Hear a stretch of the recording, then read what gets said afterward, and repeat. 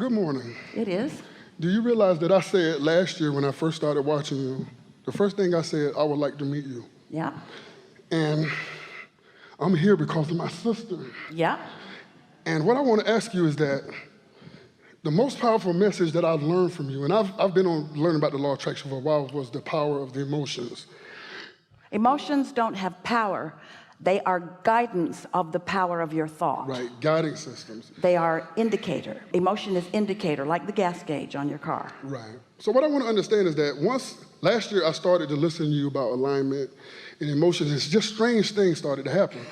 So as I would lay down and meditate, clear my mind, I would, at night or in the morning, right when I get up, I would ask the universe, show me something today to show me that everything's okay. So I would get up and go to the park, something like that, and I'm walking through the park as I do every morning, and I see two rabbits literally cross my path. And it's like I heard one of the rabbits speak to me, like literally, like the rabbit, like both of them stopped and stood up, and I looked at them.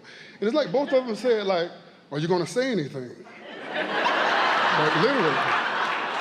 So as one rabbit decided that I wasn't going to... So what the rabbit was saying is, you summoned us here. You asked for well-being, and we are the evidence that you want. That's exactly what I was asking for. I didn't know I was going to cook to a rabbit, but it was cool. It was like cool. It was really cool. So one rabbit took off, and the other rabbit kind of stood up on the hind legs, and as I walked away, he followed me and was like, you're not going to say anything? You're not going to say anything? Fine. 5 minutes later, I go to the picnic benches at the park. I go to the picnic benches, and I usually get up on top of the bench and do sit-ups because I'm trying to stay in shape a little bit. But when I get ready to sit down, to lay on the bench, there's a bumblebee drinking water. And I had never noticed it, but this particular day, I swear to God, the bee talked to me. And the bee told me, in a deep voice, he was like something to the effect of like, don't you see me here drinking this water? I was gonna, I could sting you, but I'm not gonna do that. And I just kindly walked away and let the bee have his peace. I'm serious, like this stuff has really happened to me. Your request of the universe was, show me my well-being. And so the bee had no intention of stinging you. The bee was just minding its own beeswax and drinking its water, yes. Yes, ma'am. That seems logical. Yeah, so I'm just trying to, and then one other instance is like, I would like think something, like, this is just simple stuff. Well, before you go further, we do want to hear that, but we want to make this point because we really want you to feel the power of what's going on here. So when you meditate as you do, and you come into alignment as you do, and you allow your vibration to rise as you do, and then in that connection with who you really are, those thoughts just come into your experience. Those thoughts and inclinations and inspirations and impulses occur to you, and then the manifestation that matches those shows up.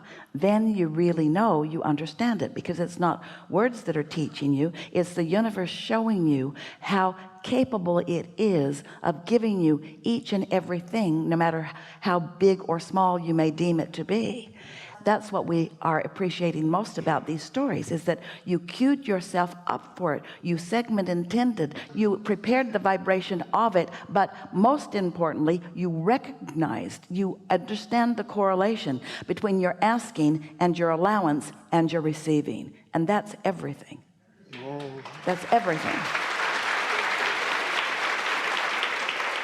And like certain things, like I moved from Florida to North Carolina. So in the midst of moving, I'm taking my garbage out, and I placed my garbage on top of my car.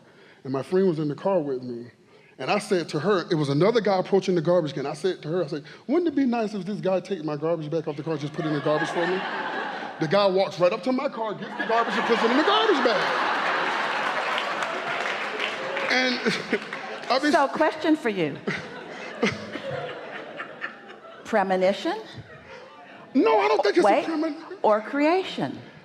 It's creation for me. But what we're getting at here is it all kind of goes together, doesn't it? Because if thoughts are in the process of turning to things, and you get a bead on the thought that's in the process of turning to things, then maybe you did have advance notice as you are watching the vibration evolve. And then when it manifests it's extra sweet, isn't it? And that's the deliberateness that just makes life so delicious. It makes you feel blessed and known and seen and understood and answered. Yeah. So is it like, do these things start out small and like they sort of roll down like a snowball rolling downhill? Do they get big? How does it work? They don't have to start out small, but they usually do, because you will let the small things in easier than you will let the large things in. Okay, so how do we let the big stuff in?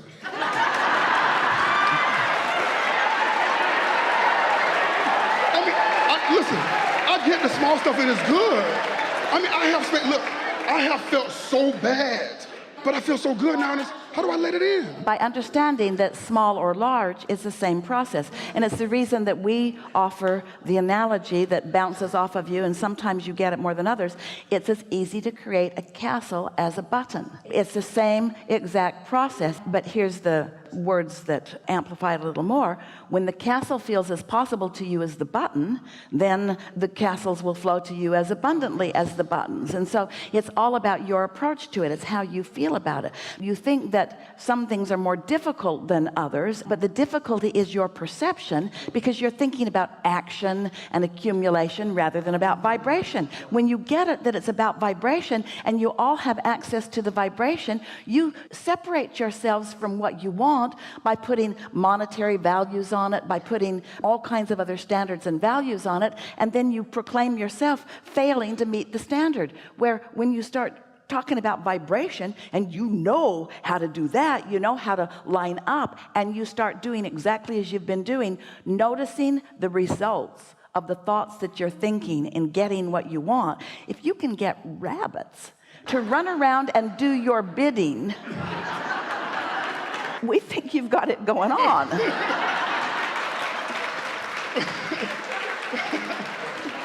Well, I just want to say one more thing and I'm done.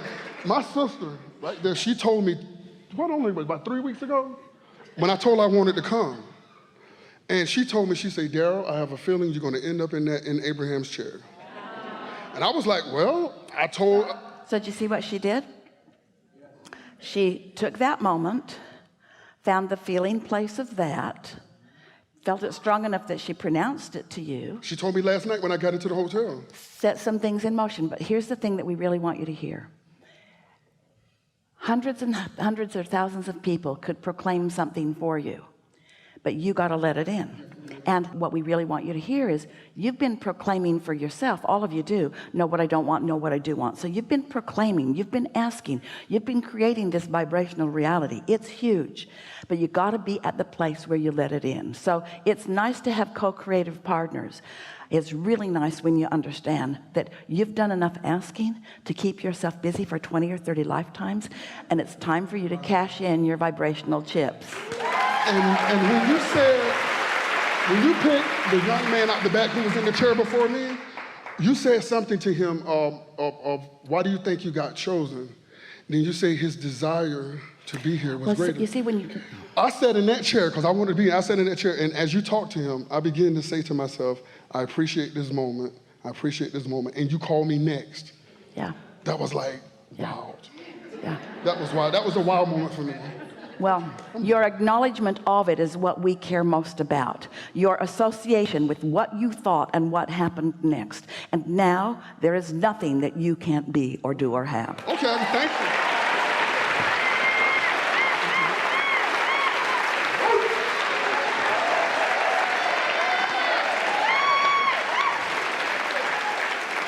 That's the way.